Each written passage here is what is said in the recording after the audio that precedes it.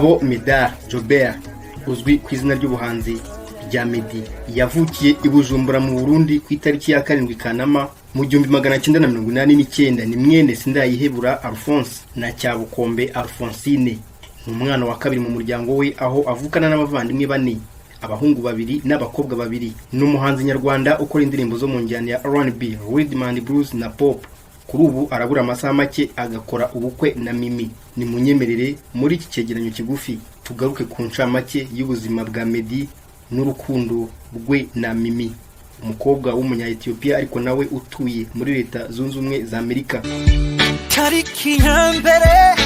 Nitwa Mbarubukeye Etienne Peacemaker mbahaye ikaze. Meddy amashuri y'inshuke yayize kuri École Indépendante i Burundi, naho amashuri abanza ayiga muri École Primaire Saint Joseph na École Primaire La Colombière. Ayisumbuye yigiye muri Lycée La Colombière aho yigaga ishami ry'imibare n'ubugenge, math et physique. Nyuma yaje gukomereza amashuri ye muri kaminuza yahoze yitwa Kiste, yaje guhinduka CST ariko ntiyahamaze igihe kuko yahise yerekeza muri kaminuza yigenga ya Kigali Iyerika Université Libre de Kigali, nayo atatinzemo kuko yahise yerekeza ku mugabane w'i Burayi. Ngabo Medard Jobert cyangwa se Meddy turebe ubuzima bwe ari umuhanzi. Meddy yatangiye umuziki akiri muto kuko mu mwaka wa 3 w'amashuri yisumbuye yaririmbaga muri groupe yitwaga Justified yo muri Zion Temple, aho bakunze kwita kwa Gitwaza. Aho rero yaharirimbanaga n'abandi bahanzi barimo The Ben, Nicolas, Mbabazi, Isaac wamamaye nka Ricky Rick, wanagize uruhare rukomeye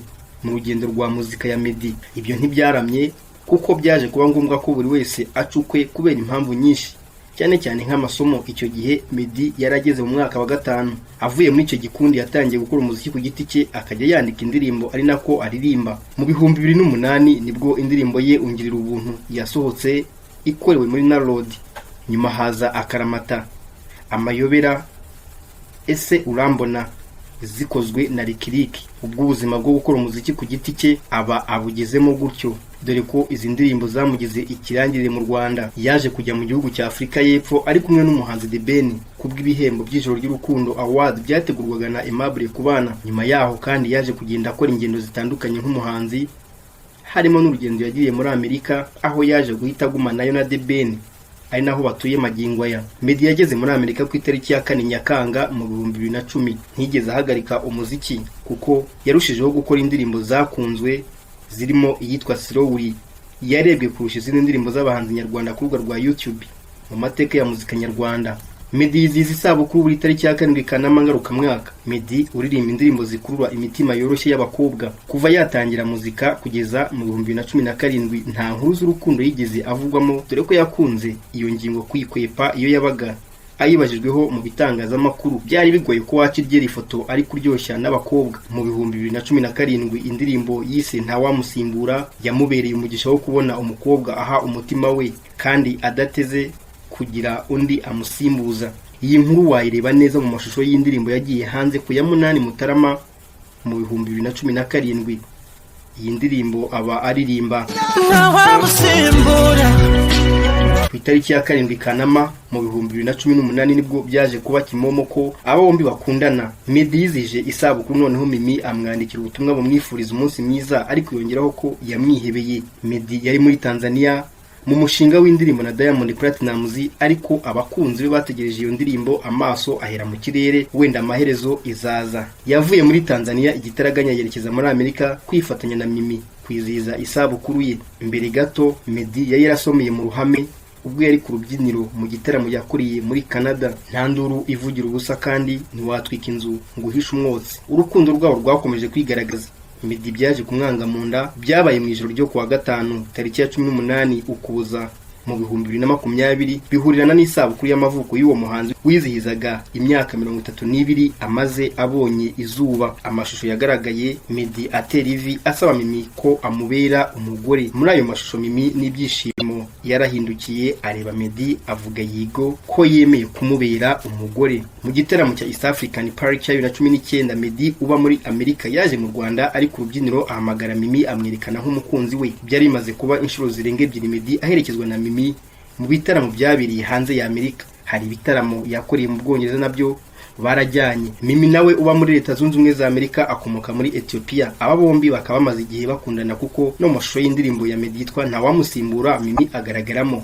Ndetse kenshi na kenshi Meddy yagiye abwira itangazamakuru ko afite umukobwa bakundana utari umunyarwandakazi. Icyakora byaje kurangira uwo yitaga umukobwa w'inshuti ye usanzwe abaye fiancé waje kubamo umugore. Icyo gihe ku mbuga nkoranyambaga inshuti za Meddy na Mimi zabifurije ishya n'ihirwe, harimo Uwamahoro Marayika umukinnyi wa filime, K8 Kavuyo n'abandi. Ku itariki ya 15 Gicurasi mu 2021 nibwo Mimi yakorewe ibirori byo gusezera ubukumi. Gahunda y'ubukwe bwa Meddy na Mimi iri saa 6 z'amanywa i Dallas muri Leta ya Texas. Hano i Kigali turaba turi saa moya z'ijoro. Bijya yibaho ko ubukwe butahwa n'abihuruje, ariko bwa Meddy burakanagirwamo n'ufite urupapuro rw'ubutumire. Sinasoza iki cyegeranyo ntagarutse kuri utwitsi Shadibu wifuje ko yazataha ubukwe bwa Meddy ndetse akanabisaba imbere y'itangazamakuru, none akaba ubusabe bwe butarahawe agaciro. Shadibu wamamaye ku mbuga nkoranyambaga avuga ko umuhanzi yifuza guhura nawe ari Meddy, abandi bose yifuzaga yahuye nabo.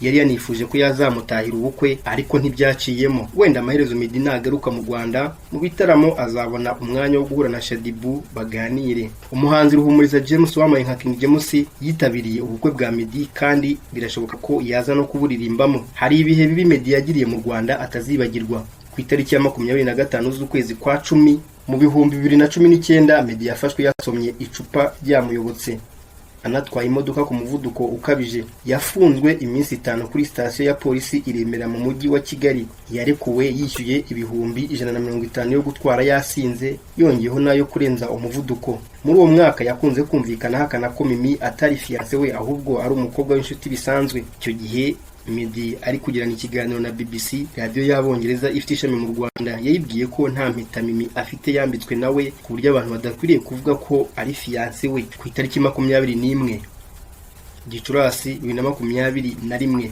Meddy mbere yuko agana ku buriri yabanje gufata amafoto ayaherekesha indirimbo yitwa Slowly, yandikaho ko ubukwe ari uyu munsi, ariko yabishyize ku rubuga rwa TikTok.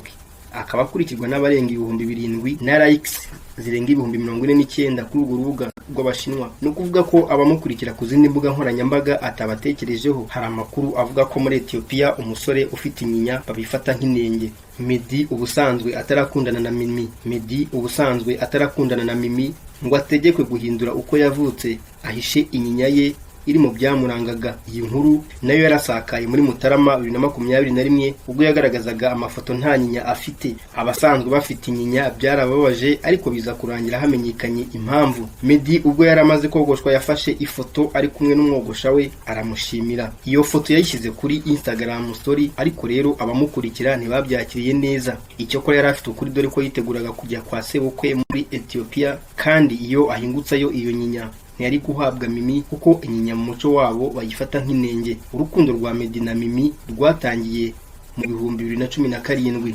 Muri uwo mwaka mu ndirimbo yitwa Ntawamusimbura, uwo mukobwa niwe uri muri video yayo. Muri uwo mwaka kandi Meddy nibwo yifashishije uwo mukobwa mu mashusho y'indirimbo Ntawamusimbura amukoresha muri video yayo. Kuva ubwo bagiye bajya mu bitaramo bitandukanye kugeza amwerekaniye i Kigali. Abakobwa batekerezaga ko bazamwegukana basubije amerwe mu isaho. Turaza gukurikirana uko ubukwe bwe buri bugende.